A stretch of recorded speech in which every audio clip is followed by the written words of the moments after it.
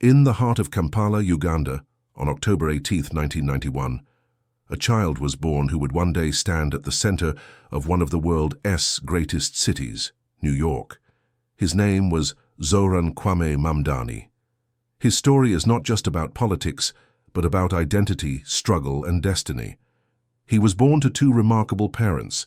His father, Mahmoud Mamdani, a renowned academic who studied power colonialism and the history of Africa, and his mother, Mira Nair, a celebrated Indian filmmaker known for bringing powerful human stories to the screen. From his earliest years, Zohran was surrounded by ideas, art, and activism.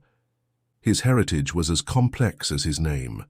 An Indian family once rooted in Gujarat, exiled from Uganda during Idi Amin's brutal regime, later finding a new home in South Africa and then in America. His name carried history, Zohran, meaning light, and Kwame, after Ghana's legendary leader Kwame Nkrumah. From birth, he carried the weight of continents within him, Africa, Asia, and America, flowing in his veins. When he was only a few years old, his family left Uganda for South Africa, and soon after they moved again to the electric chaos of New York City. The Mamdanis settled in Queens, a borough bursting with immigrants, languages, and dreams. Growing up in the public schools of New York, Zohran quickly learned what struggle meant, seeing neighbors fight eviction, working families living paycheck to paycheck, and immigrants trying to carve a space in a city that could both embrace and crush you. He attended Bronx High School of Science, one of the toughest and most respected schools in America, and later studied Africana Studies at Bowdoin College in Maine, a discipline that helped him connect the stories of the African continent to the struggles of people of color across the world. As he matured, his identity became his compass. He was not just Ugandan, not just Indian, not just American. He was all of them. He was a child of displacement and belonging, a product of migration and memory. His mother's films taught him that stories change the world. His father's books taught him that power, when unchecked, destroys justice. From these two forces, art and intellect, Zohran forged a purpose: to fight for people who are unheard, unseen, and forgotten. Before politics, he turned to music. In 2016, under the name Young Cardamom, he released songs in collaboration with a Ugandan rapper, Habi. Their track Sida Mukyalo mixed languages, Luganda, Swahili, Arabic, and English, and told stories about urban life, corruption, and migration. It was a small act of rebellion, art as resistance. But while music gave him a voice, politics gave him direction. After returning to Queens, he worked as a foreclosure prevention counselor, helping families on the verge of losing their homes. Day after day, he listened to ordinary people destroyed by rising rent and corporate greed. That experience shaped his conviction. That change had to come from the ground up. In 2019, at only 28 years old, Zohran made a bold decision: to run for the New York State Assembly, representing Astoria and Long Island City in Queens. No one thought he could win. His opponent was a 5-term incumbent backed by powerful Democrats.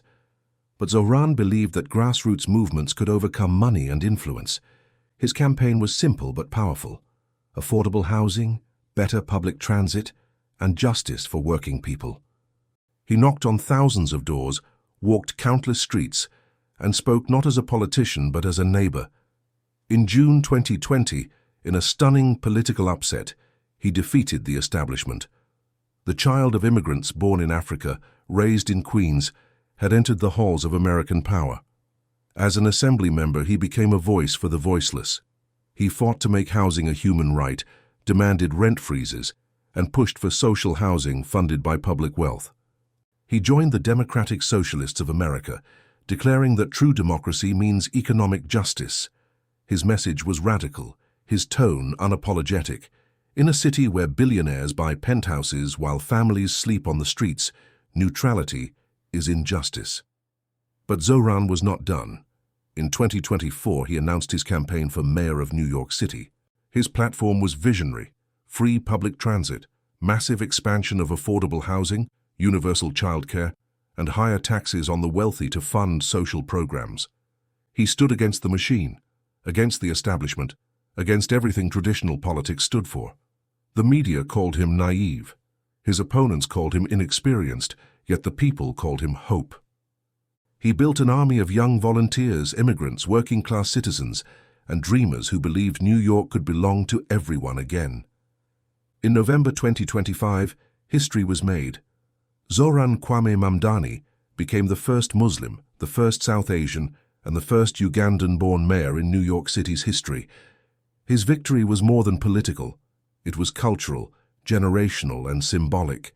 In his acceptance speech, he stood before a sea of faces that looked like the world itself and said, "In New York, inspiration is everywhere." His rise sent a message beyond America, that leadership no longer belonged to those born into privilege, but to those who lived through struggle.